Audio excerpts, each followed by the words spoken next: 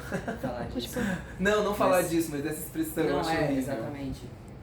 Mas tipo, você... É só que é engraçado, a gente se assumiu, assim. Você já que tava... eu acho, sei lá, cafona, um negócio assim. Sai do armário. Você já tava independente. Sai do closet, vamos falar, sai do closet, mais chique. Pode ser. tô zoando. Não, mas velho, você já tava independente quando você fez isso. Eu sempre trabalhei minha vida toda, assim. Desde... com várias coisas. E essa época eu ganhava meu dinheiro, morava na casa dos meus pais. Que na verdade já tinha mudado, morava na casa dos meus pais e meu irmão. Mas eu já trabalhava e me sustentava, tipo, eu só tinha casa mesmo. Só que eu mudei pra São Paulo logo depois disso. Foi logo depois. Que foi com 20 anos, que foi quando a banda rolou com 21. E como que foi o processo de aceitação externa? Tá gravando? Tá. Eu achei que o primeiro corte ia ter uma pausa, assim, comer uns biscoitos aqui. Mas quer um café? Se você quiser um café, eu quero um café. Vamos fazer uma pausa. Não precisa não, pode continuar. Tudo bem.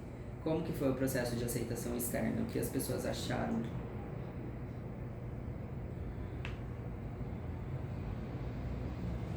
Na minha família, tô tentando lembrar tudo. Na minha família, pra minha mãe nem foi tão complicado, assim, minha família é bem religiosa, assim, mas da linha espírita. E eu acredito sim, minha mãe sofreu, com certeza, né, aquela coisa acho que é difícil. Meu pai foi mais tranquilo, ele perguntou se eu tinha certeza só, assim, né. E o mais engraçado foram minhas irmãs que tiveram mais dificuldade de aceitar. Porque acho que cria essa visão, né, da pessoa, do pai, de família, de ter filhos, e acho que sofreu muito por causa disso. Meus amigos, como eu era artista,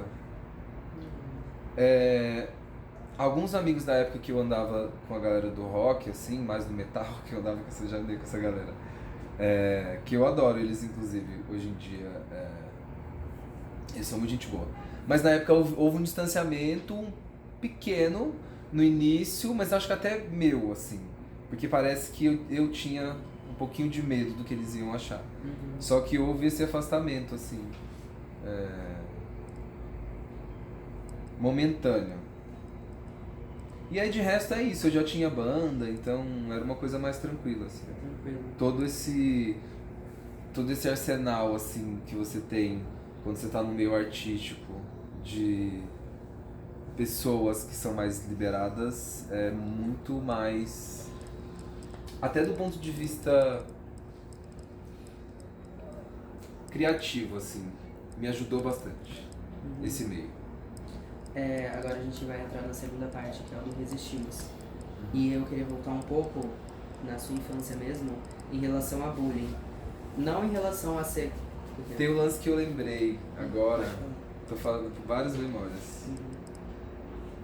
Eu lembro que com 19 você perguntou, né? Eu lembro que antes, foi com 19 anos eu entrei na faculdade de música, de composição. E eu acho que essa foi a minha primeira, não pra todo mundo, mas a primeira vez que eu realmente fiz um movimento. Que na faculdade de música tem muitos gays, tem muitos evangélicos também, que eles dominam, né? Eles são muito estudiosos, muito bons músicos, assim, são muito dedicados. E existia eu sentia um pouquinho de repressão das gays se liberarem, realmente, de serem, tipo, de andar no corredor, igual a gente faz, assim, sabe? Mais livre. E aí eu meio que comecei uma turma, né? A gente começou a se atrair um pouco e começamos um movimento ali na faculdade realmente de empoderamento, assim. Isso em 2000 e... A gente está em 2020?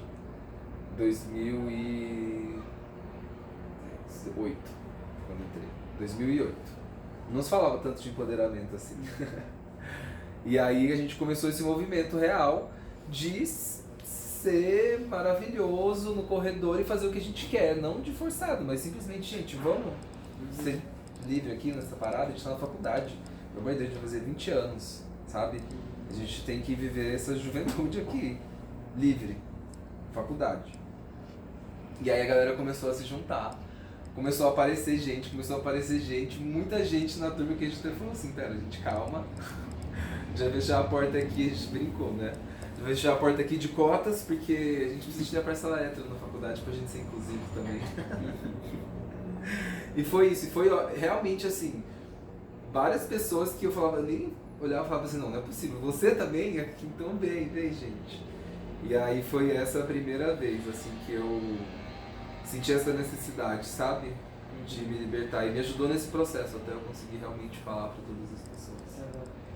Na sua infância você sofreu bullying, você estava comentando. Sem ser por ser gordo, mas por ser LGBT você sofreu bullying? Sim, é que eu falei as coisas, todas as características físicas, além de ser um viadinho, entendeu? Essa é uma parte que já está implícita. A gente está falando disso, mas além disso, tinha todas as outras coisas, né? Mas você lembra de alguma coisa em específico que te marcou de bullying na escola? Ai, nossa, né? Qualquer uma dessas situações da escola, desde ofensa, bater, eu nunca deixei ninguém me bater, assim, como eu falei, eu sempre tive esse instinto de proteção, assim, muito forte. Mas ofensas mil, assim, sempre.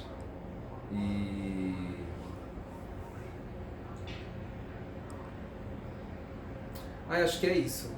É uma coisa que eu tenho dentro de mim. Eu lembro que eu gostava de fazer educação física e aí tinha jogo, sei lá, de handball. Daí eles me colocavam no gol, porque eu não jogava, eu era mais do vôlei, né? E aí eu ficava lá no gol, dançando El Chan, e aí vinha uma bola, eu defendia. Não tava nem aí, não. Podia chamar, sabe? É como eu falei. E isso também, eu não estar nem aí não quer dizer que as coisas não me afetavam, entendeu? Eu só não queria me entregar por completo. Que é isso. Eu fazia a mesma coisa. O goleiro no handball dançava bonito, no caso, porque foi mais recente. É isso. Como você acha que a religião impactou na sua sexualidade?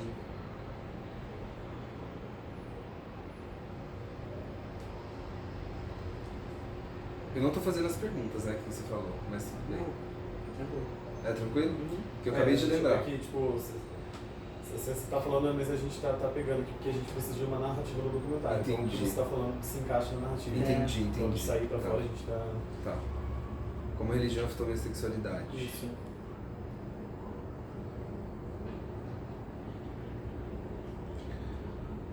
Bom, eu cresci numa família de espíritas, cristãos, que bebem ayahuasca. E isso, assim, dentro do contexto religioso, lá é uma religião massa. Tipo, tem muita gente boa, eles buscam uma evolução espiritual. Mas por ser cristão, eles têm esse cerne da Bíblia e da Igreja Católica. Então, assim, o cara que criou, ele era massa, aceitava a galera, né? Mas depois que ele morreu, começaram a difundir coisas que ele não tinha ensinado. E é uma religião muito homofóbica também, ainda. Ainda que assim, não comigo, quando eu vou lá, ninguém me trata mal, não é essa a questão. Mas o discurso de que é errado, sabe? Sempre tocou naquele pontinho, assim. Sempre eu ia lá e eu via que aquilo não era uma coisa errada, que era natural. Histórias de pessoas que... Tem várias, assim, de gente. Eu esses tempos, encontrei algumas pessoas que, coincidentemente, também frequentavam e falaram que saíram exatamente por causa disso. E quem perde são eles, né? Porque podia ter um discurso muito mais inclusivo sobre. E eu vi crescendo que era uma coisa errada, isso me afetou bastante, assim. Com certeza teria sido muito mais fácil se ninguém me dissesse que o que eu tô sentindo não é certo. Então tentei... Já até me apaixonei por umas meninas, assim, mas sexualmente nunca tive essa pena. E foi isso, tentando de alguma forma achar uma solução para aquilo, até o momento que você vê que não tem solução.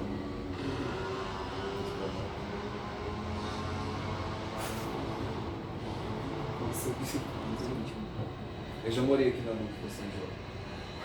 Eu sei como é. É, Você escuta ela vindo lá do final, nossa, inteira. Nossa, é até o final mesmo. Né? Nossa, meu, sorte é que hoje foi bem tranquilo, né? Mas é isso, dentro de uma instituição, eu sempre fui muito bem tratado e foi muito legal ter esse contato com a ayahuasca. É um lance muito legal, mas é isso, se encaixa nesse âmbito religioso, assim, cristão, às vezes um pouco machista também, sabe? E isso não fez muito sentido pra mim até o momento que eu falei, não quero mais. Isso não faz sentido pra minha existência. Porque nunca, por exemplo, nunca bebi o chá e me veio o que era errado. Sempre me senti muito mais imerso naquilo e pertencente do que errado, entendeu? Como ser humano. Como espírito que não tem sexo, entendeu? Que esse era o meu entendimento.